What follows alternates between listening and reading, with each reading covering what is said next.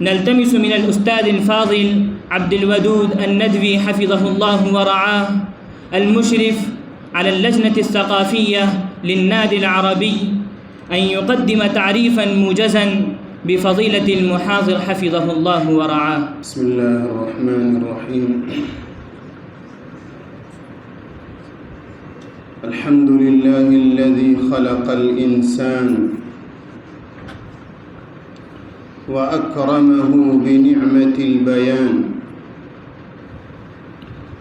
والصلاة والسلام على نبي الرحمة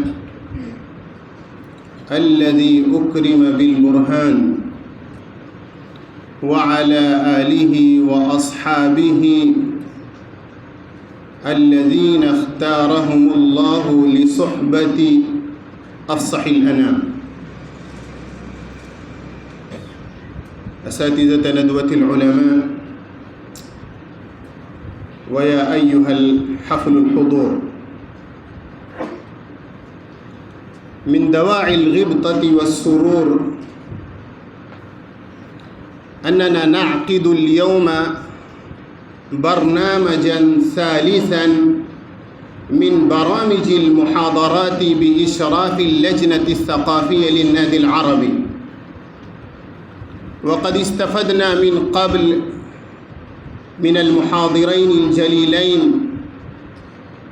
كان أولهما فضيلة الأستاذ الشيخ نذير أحمد الندوي الذي ألقى محاضرته حول الإتقان في اللغة العربية، وثانيهما الشيخ الجليل الدكتور أحمد بن عودة العمراني الذي تحدث عن فن التعامل مع الناس. ونحن الآن نجتمع في حفلة جديدة من هذه السلسلة الذهبية سيلقي فيها محاضرته أستاذنا الجليل الكاتب البارع المحاضر المتميز فيصل أحمد الندوي حفظه الله حول القواميس العربية وطرق الاستفادة منها. فنرحب بكم جميعاً كما نرحب بفضيلة الأستاذ ترحيباً يليق بمكانه العلمي والأدبي. قبل أن تستمعون إلى المحاضرة القيمة، أسترعي انتباهاتكم إلى أمرين مهمين. الأول أهمية هذا الموضوع. إخوتي الأحبة، من المعلوم أن المفردات في أي لغة كالعمود الفقري في جسد الإنسان،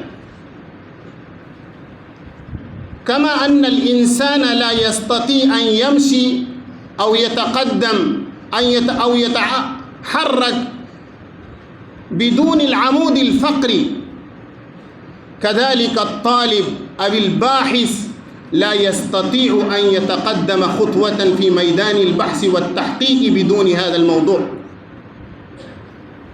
كل منا يعرف أن تعلم اللغة العربية طريق المؤمن إلى ما في القرآن والسنن والآثار والفقه من المعاني الجليلة والألفاظ الغريبة. فإن القواميس تمهد طريق الاستفادة منها، والقواميس يحتاج إليها في تحسين اللغة كل من الناطقين بها وغير الناطقين بها. كل يحتاج إلى استخدام القواميس والمعاجم، لأن حياة الإنسان لا تزال تنمو وتتطور، فلا بد للغة أن تتطور، ولا تتطور اللغة إلا بالاستفادة من القواميس والمعاجم. وكيف نستفيد منها؟ فنستفيد في ذلك اليوم من كلمات الأستاذ في هذه الحفل الكريم. والأمر الثاني نتوجه إليه، أقدم إليكم تعريفا موجزا بفضيلة المحاضر. أخبرني بذلك قبيل العصر الأخ الشيخ عبد الله أنك ستقدم تعريفا موجزا، فأخذت واستفدت بعض المعلومات في تعريفه من موقع ويكيبيديا، فأقدم إليكم ما استفدت. إخوتي الطلبة، ولد فضيلة المحاضر في مايو في سنة 75 و900 وألف من الميلاد بمدينة بتكل في ولاية كرناتكا. وأقول لكم أنه غني عن التعريف، والله غني عن التعريف في الأوساط العلمية في أنحاء الهند، فضلا عن التعريف في رحاب ندوة العلماء. ولكن التعريف يمهد سبيل الاستفادة. بدأ دراسته البدائية في مدرسة تحفيظ القرآن بنفس المدينة، حيث أتم حفظ القرآن الكريم، ثم التحق بالجامعة الإسلامية بنفس المدينة.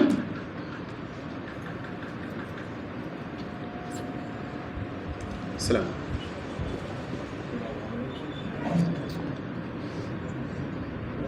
وبعد أن أكمل دراسته في مرحلة العالمية سنة 95 و900 وألف من الميلاد، توجه إلى دار العلوم لندوة العلماء، حيث أقام سنتين وحصل على شهادة الفضيلة سنة 97 و900 وألف، ثم نال درجة الماجستير من جامعة لخنو في عام 2000 من الميلاد، وتابع دراسته الأولى في نفس الجامعة حتى حصل على شهادة الدكتوراه على ما أعده من بحثه العلمي حول أعلام نوائد.